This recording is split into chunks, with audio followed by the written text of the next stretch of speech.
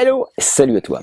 Alors aujourd'hui une petite vidéo pour te montrer j'allais dire un enterrement, mais non, pas du tout, un étirement absolument basique, primal, on va dire primaire, fondamental, qui se réfère en fait à la position que l'on avait pendant des centaines et des centaines et des milliers d'années et que certains ont encore, suivant les pays dans lesquels ils habitent.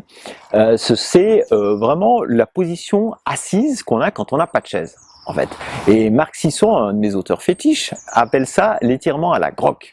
Ouais, Grock, c'était l'homme paléo par excellence. Alors, je te montre cet étirement, très simple. Ok. Alors, je vais me mettre accroupi, mais au lieu de me contenter de me mettre accroupi comme ça, dans cette position, qui est une position finalement au droit, pratiquement tout le monde peut le faire si tu n'as pas de problème de mobilité, c'est assez facile. L'étirement à la Grock va consister... je suis dans cette position, voilà, et là, je m'accroupis. Donc, si tu regardes cette fois-ci, j'ai les talons sur le sol, voilà. Le dos, si possible, assez droit ou légèrement incliné, ça c'est pas bien grave. Et puis je suis comme ça, avec si possible, les bras vers l'intérieur des cuisses. Je peux le mettre sur les cuisses d'ailleurs pour m'en poser. Tu vois, cette position finalement, c'est la position, en fait, on va dire assise. Hein. Si tu te balades encore aujourd'hui en Inde, par exemple, je sais pas, je suis jamais allé en Inde, mais d'après ce que j'ai pu voir, c'est le cas.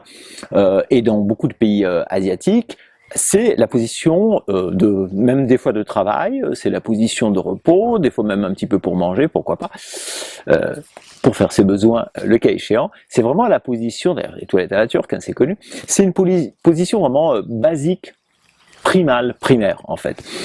Et ça représente un super un super étirement. Alors je te montre cette position, qu'est-ce que ça a comme avantage?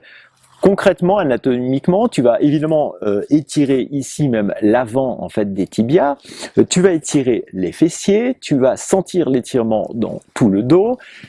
Quand je suis dans cette position, à un moment donné, tu vois, tu as les fesses qui partent vers l'arrière comme ça.